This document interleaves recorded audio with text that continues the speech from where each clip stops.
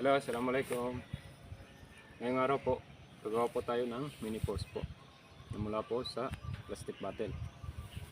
Ikuan po natin sa PVC ng tubig po. Okay po. Kaya nandito po tayo ngayon sa tapunan ng plastic bottle. Hanap po tayo ng pwedeng pakinabangan po. Ito na lang po. Ito, plastic bottle ng Coca-Cola po. Coca-Cola, baka pwede naman. Tapos, ang unang gawin natin dito, hugasan po natin para malinis po. Tapos lagyan natin ng butas dito para dito ilagay yung PVC. Tapos dito sa baba, butasan natin para doon lalabas yung tubig. Parang force. Tara po. Hello.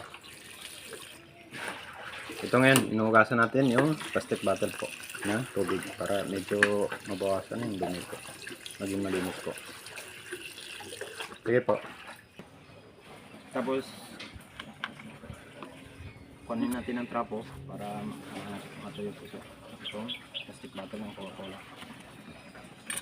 At ito po yung mga kailangan po. Kailangan po natin itong bakal na matulis po. Pambutas po dito Coca-Cola para doon lumabas yung tubig. Tapos ito pambutas po dito.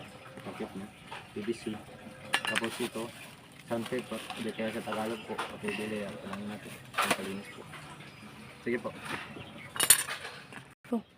Tapos ito, magpainit tayo ng bakal. Dito po ito ngayon sa gasol. Buksan natin yung gasol. Tapos fire natin. Ito po, lagay ko na po sa apoy. Yung sa mga bata po, kailangan po ng safety. Kailangan po ng guidance para po sa safety. Pag medyo mainit na po yan, i-on natin dito sa puwit ng Coca-Cola bottle para magbutasan po. Para doon lumabas yung tubig. Sige po, pakita ko na lang po. Ito na po mga kaibigan, tapos na po siya. Nalagyan na po ng butas. Tapos pati dito sa takip niya, nabutasan na po. Nakalagyan na po yung PVC. Lagyan natin dito para masubukan natin. Subukan natin dito sa ating mini pulse. Yan. DIY po yan.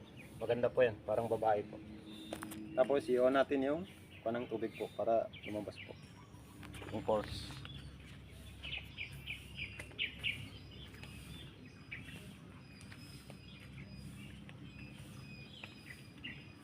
Ayan na po. I-on natin yung tubig. Ayan po. Diba po? Pulse po. Ang ganda po.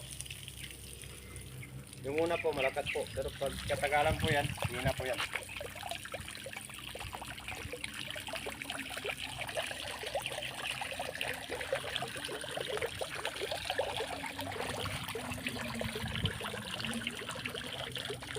Ang ganda po ng pulse po natin. Parang babae po. Sana po nagustuhan niyo po. Paki-like and share na lang po. At huwag kalimutan, pumalo po yung hindi po nakapalo.